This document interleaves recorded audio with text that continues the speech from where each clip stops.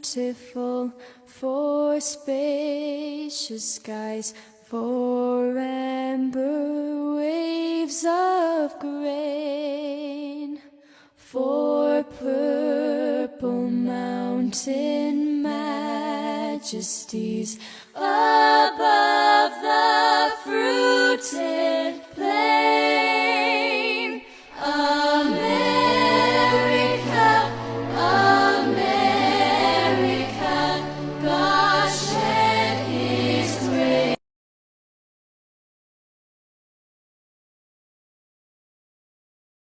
Charlie Kirk was assassinated today while at the Utah Valley University at around 12:40, I think it was.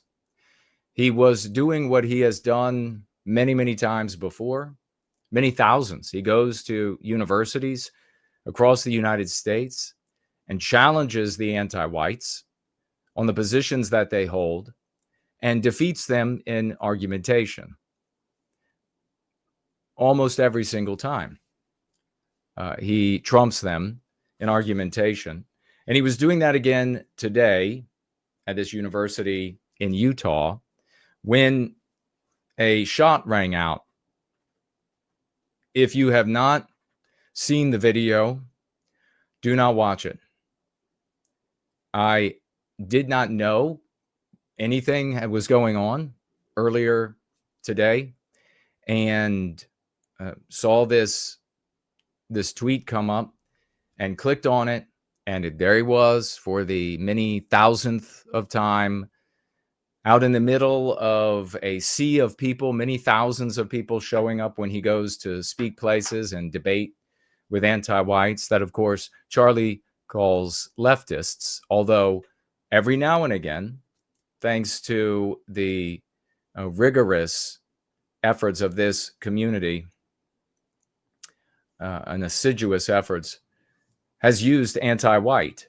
And he just referred to the murderer of Irina Zaruska as an anti-white, and that he had killed Irina because she was white, which of course he did. And he was speaking today in a beautiful day in Utah, blue skies, clement temperatures, and an assassin's rifle rang out, and Charlie was shot in the throat, just to the left of his esophagus. The bullet obviously severing the veins and arteries in the neck, resulting in a horrific geyser of blood that you'd never want to see. The velocity of the round likely caused a vacuum, especially from a rifle. The velocity is such that it creates a vacuum inside the human body as the round passes through the flesh, carving out a much larger hole or damage inside the body than you can see, potentially destroying his entire spine and brain stem as it passed through his neck. And there was a moment right as he was shot. He was still standing, and his eyes went wide, his hands jerked up in the air, and then he fell off to his left. He was immediately attended to by supporters and his security team, which go with him everywhere. It's important to mention that Charlie had a security team, because he has incessantly received death threats from anti-whites. This is how anti-whiteism operates. If they can't defeat you in argumentation, they have recourse to violence. Someone once said recourse to the blackjack. And so Charlie, though, believing so firmly that these ideas that we refer to as anti-white and anti-whiteism, and he occasionally, thanks to the assiduous work of individuals in this community, occasionally referred to also as anti-white ideas, were detrimental to our people, detrimental to this country, and in fact, destroying the country. And even though, with the constant death threats and various other threats on his life and his family's lives, he continued to go to university after university to take on these people and defeat them in argumentation. He was immediately rushed to a hospital, so instantly receiving care, and immediately rushed to the hospital. But of course, the damage done by the assassin's round could not be corrected. It couldn't be fixed. And so he passed away today, shortly after the assassin's bullet struck him. So who was Charlie Kirk? And I can't say that I'm a biographer on him, and there really hasn't been time to go into any depth about where he came from and what his goals were. But generally, I know that he was, I heard somebody mention that he was born in 93. I think he was 31 years of age. So a very young man. And became, by his own efforts, the voice, really, of two generations.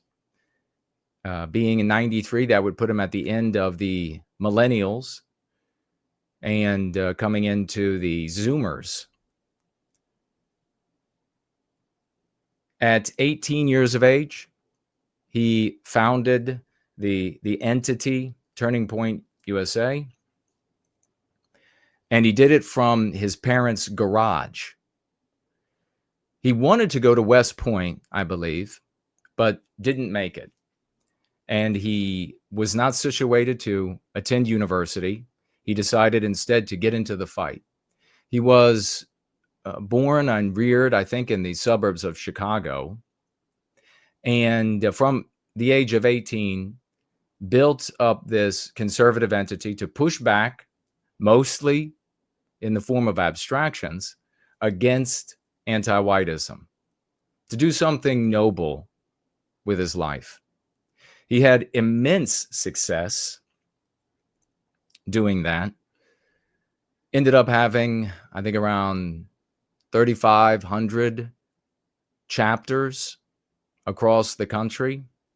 He had a followership of many, maybe in total of around 100 million followers. He's credited with bringing millions of people to Donald Trump, and specifically for the win in Arizona. And he had a wife, I believe a beautiful white woman, pretty confident, two beautiful little white children that are now left without their husband and father. And of course, this will be an ongoing tragedy, an injury to Erica, the wife, and the two children for years to come. In fact, they were at the university when this happened. Thank good Lord that they weren't with Charlie. The former official, Jason Chaffetz, was there and was close enough to see everything happen and give his interpretation of where the shots came from. There was a gentleman, Zimmer, something of this nature, that was taken down, Zim, I think it was, who was taken down immediately, a white guy older white guy, appeared to be at least an older white guy. He was up in the front row or near the front row of where Charlie was sitting and taking these questions. Charlie had just answered a question about gang violence in the United States, but they immediately took him down, and he thwarted the efforts of the security and law enforcement to ascertain whether or not he was the shooter. You all probably saw the videos of him saying crazy things about his rights or something like this.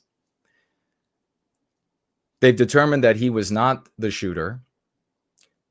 Fortunately, but we don't know for sure, another suspect has been taken into custody, but the government is not saying whether this is 100% the shooter or one of the people involved in the assassination, which they believe came from an adjacent building on the campus, around 200 or so yards away. They do have, but they did not share, at least that I've seen yet, security footage at the university of a person, a very grainy, they said, security footage of a person dressed all in black.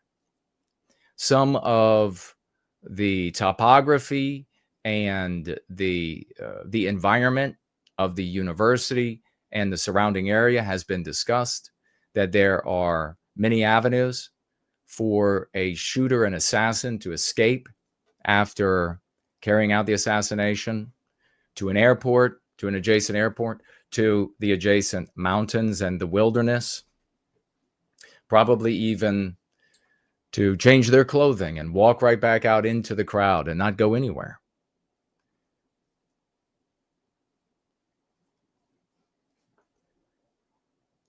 As I said, if you haven't seen the video, I recommend to refrain from watching it. It's an image that will never leave you. We don't know who the assassin is, but of course we already have anti-whites coming out, both on the Democrat side and the Republican side, saying that we shouldn't jump to conclusions about what their motivation was. At least we have some Democrats coming out saying that violence should never be the course for a disagreement of ideas. But that's self-serving, because this is what they always advocate and argue for, is violence. Why was Charlie Kirk assassinated? Because, in my opinion, he troubled the objectives of anti-whiteism. He didn't regularly call it out as such. He didn't directly challenge it as anti-white, but you don't have to. You can think of, you remember Steve Scalise and so many other politicians at a softball game that a anti-white assassin were going to kill them all. You can think about how milquetoast people like Scalise are, and other Republicans. How little they actually inhibit, undermine, and slow down the advance of anti-whiteism, anti-white ideology, and the fulfillment of those objectives, which, of course, as we see, in my opinion, with the assassination of Charlie Kirk and the murder of Irina Zarutska, is the biological erasure of Western kind and the white erasure of everything that we've ever created and produced. We live in a narrative, and so many people now across the internet, on the establishment media, politicians, are using the word narrative, but they're not mentioning that the narrative is anti-white. They'll say, We didn't hear about Zarutska because it doesn't fit the narrative. When they leave it like that, it's no more than an abstraction. It's no more than a ephemeral, passing, insubstantial nothing. One narrative today, another narrative tomorrow. You have lived, if you live in Western civilization, your entire life within the anti-white narrative.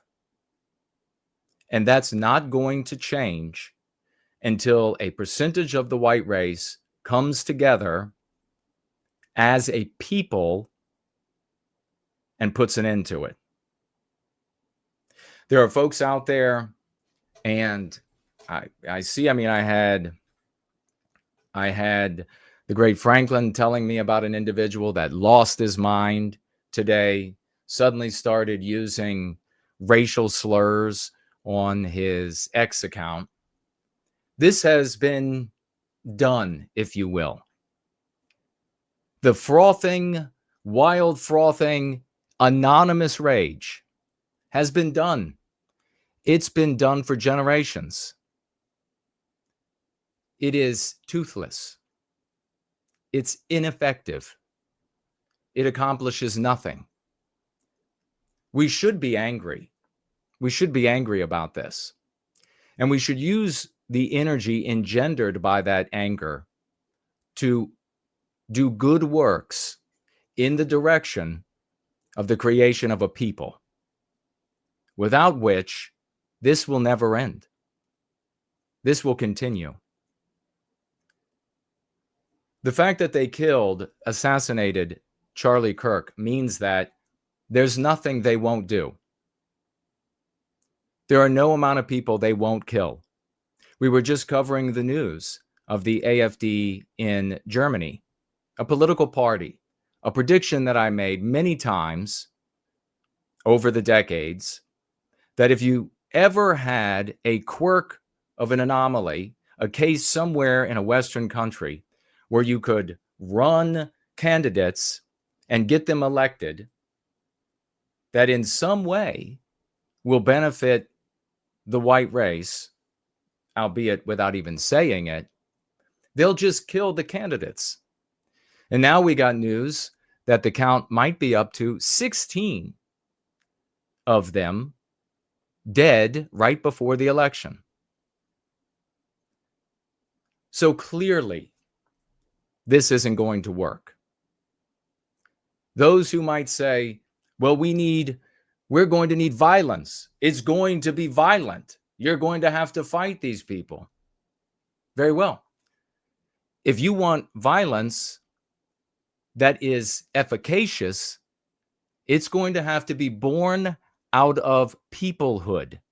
It's going to have to be born out of unanimity of identity and the accessing and achieving of individual well-being by way of our group's well-being. Not because blacks are bad or Jews are bad or transgenders are bad. That isn't enough. It isn't enough because it doesn't create a people.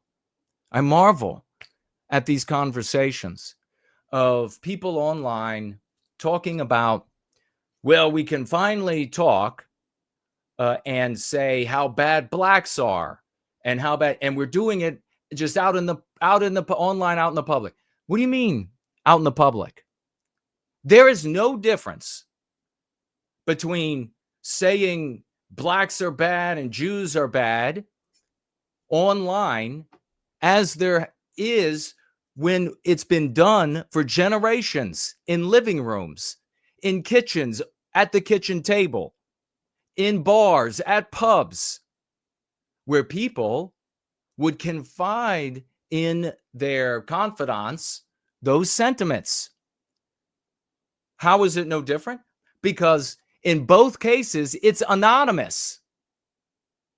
In both cases, when people have gotten together now with the internet and before the internet and complain vehemently about how bad this group or that group is, they did so under the understanding that their opinions would be kept private, anonymous.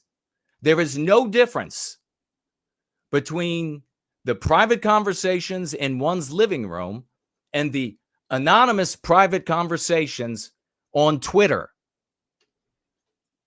When your name is Aryan Cloudhopper, you are anonymous. There is not a revolution of being able to talk about how bad all these other groups are, because your identity and the consequences of your thoughts are as private as they were when you were in that living room.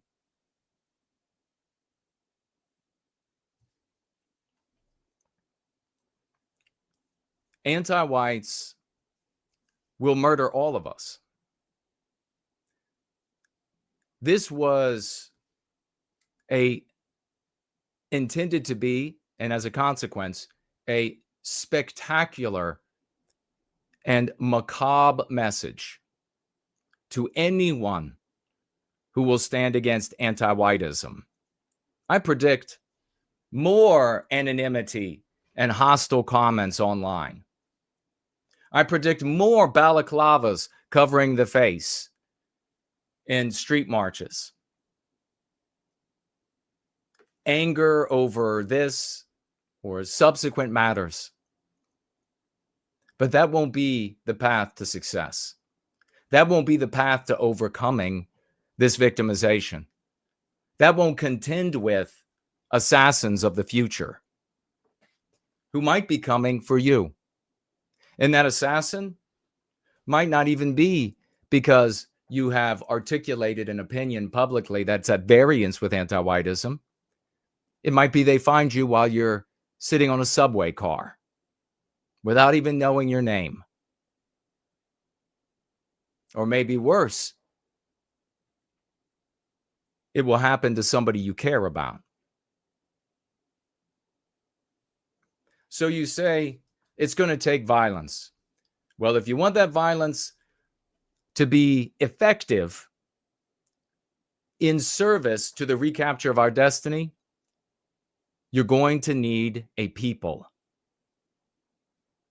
No more of this notion, which has never worked, of lone wolves or solo this or that. That has only ever redounded to the service of anti-whiteism and anti-whites. And I can't be to blame for so many others not being able to understand this. So all conservatives of whatever stripe, cucks, hardcore cucks, all of the schmucks, the anti-non-white crowd, they should take a long look. If you're still of the mind that this needs to remain abstract, that it needs to be about the ideas, and the ideas belong to no one, because you have disavowed everything the white race has ever created: the country, the founding documents, the founding fathers themselves, the philosophy, the literature, etc. If you're still of that mind, then watch the video of his assassination. If you're still of the mind that you need to wax for hours and every meeting and every get-together about Zionists or Jews or blacks and how bad they are, watch the assassination, because that's going to be you and those you care about if you ever pop your head up out of that anonymity, which I doubt you will. You need to be able, as we do and say here, to take a moral line with these people, with a set of concepts that undermine the psychological warfare that is anti-whiteism. If you don't do that, you're going to get more of the same. You're going to get more Charlie Kirks. You'll have more assassinations. You'll have more Irina Zarutskas. In fact, since She was stabbed in the throat. Not long before Kirk was shot in the throat, there have been slews of other white people that have either been murdered by anti-whites or raped or beaten horribly, maimed, just in the days since then. It's getting worse for white people across the West, and worse is not better. Worse is just worse. No people has ever come out of bad times. We have the tools here that have proven successful. It's time for men and women of the West to stand up and do the right thing before it's too late. We don't need the whole white race. We only need a percentage to begin behaving as a people. And the rewards of that activity will attract other white folk to join us. Make sure you're one of those people so that we can put an end to the kind of spectacle that we witnessed at 1241 today,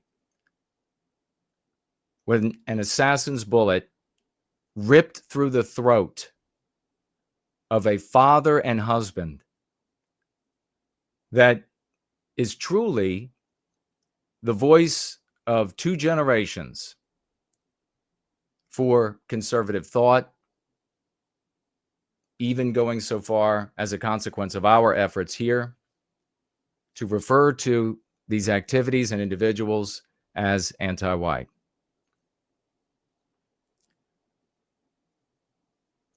God bless Charlie Kirk for the good that he did. May God be with his wife, Erica, and those beautiful white babies now that their father is gone.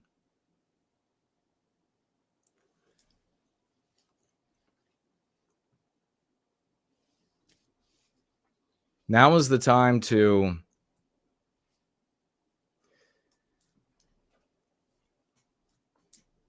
slow down and appreciate the gravity of today and what it means for those of us who remain the targets of anti-whiteism, all white people, because you can't be anti-white enough if you're white.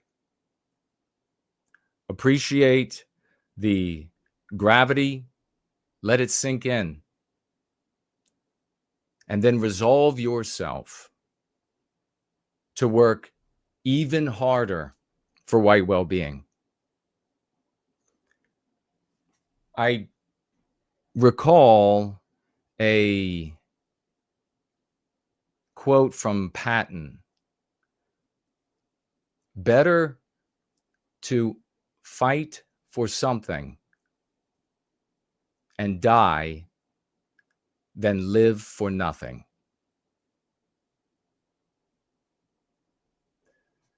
Now's the time for us, especially in this community, to lean on each other, because undoubtedly there are some of us that are going to be feeling vulnerable, feeling scared, feeling angry, shocked by what happened.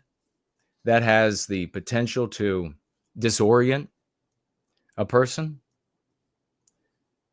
And that means that in whatever sadness you experience, whatever fear you experience, whatever disorientation, that you need to focus with that much more energy on the tools that liberate Western kind, that manumit our thinking from the psychological warfare that is the anti-white narrative that we live under, that does this to us, that exploits and oppresses us, so that we can work productively with the rest of our lives.